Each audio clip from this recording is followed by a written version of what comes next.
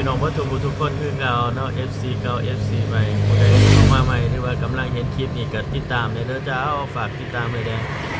ช่องนี้เป็น2ใหม่เนาะครับบ่ทันมี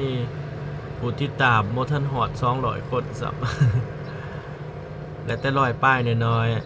ๆมื้อนี้ก็สิมาถ่ายถนนหนทางให้เบิ่งคือเก่าหั่นน่ะอยู่แถวเขตเมืองนาไซทองเนาะนี่น่าจะเป็นบ้านอีหยังวะแถวใกล้บ้านน้ำพุ้มมาใกล้บ้านห้วยน้ำเย็นมากเนาะใกล้ห้วยน้ำเย็นมากอันนี้เป็นปินหนาเขาเมื่อทางในเมืองเด้อแล้วจะน้อยสิบอกซื้อบาทให้เบิ่งบอกซื้อบาทให้ฟัง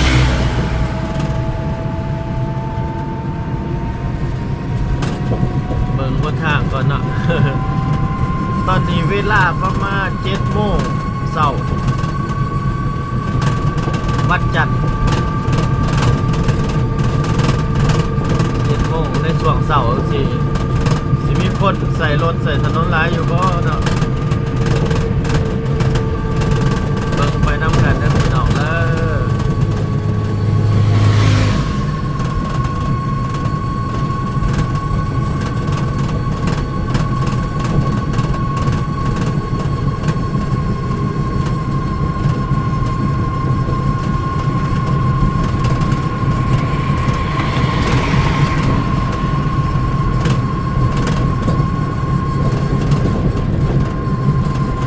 แถวนี้เขาเอิ้นบ้านน้องคัดคู่เนาะบ้านน้องคัดคู่เมืองนาไซทองนครหลวงเวียงจันทน์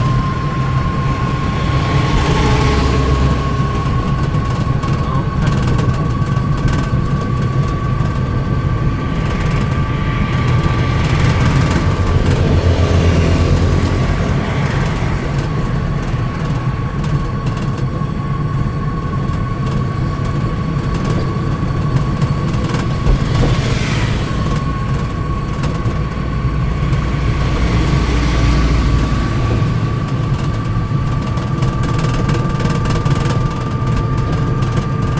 หล่อไปเนาะหล่อไปเบิ่งบ้านเมือง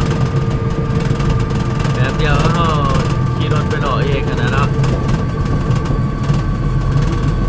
มีคนหล่อให้เบิ่งนะโอ้สบายนอนอยู่เพื่อนเบิ่งอย่าเพ้นคนนั้นคนนี้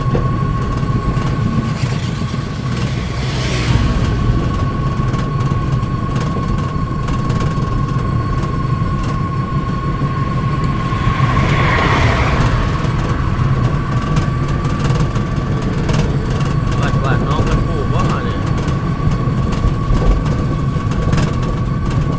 แม่นเอาวัดน้องคันคู่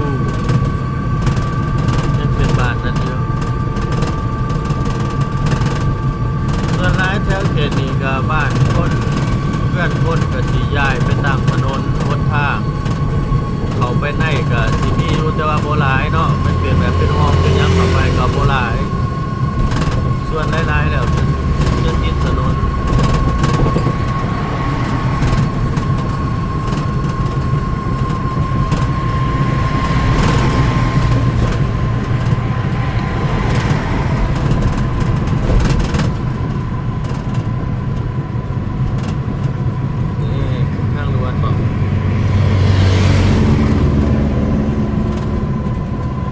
ไปบ้างเมี่ยวอ่ะจะขึ้นไปสิเกิด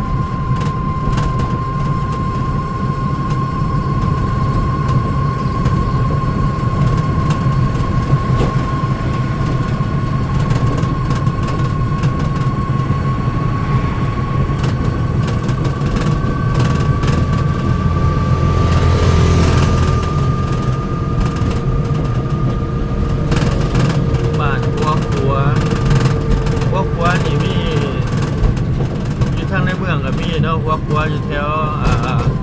กายถาดดวงไปบ้านถาดดวงแล้วก็ไปสิมีครัวโน่นขอ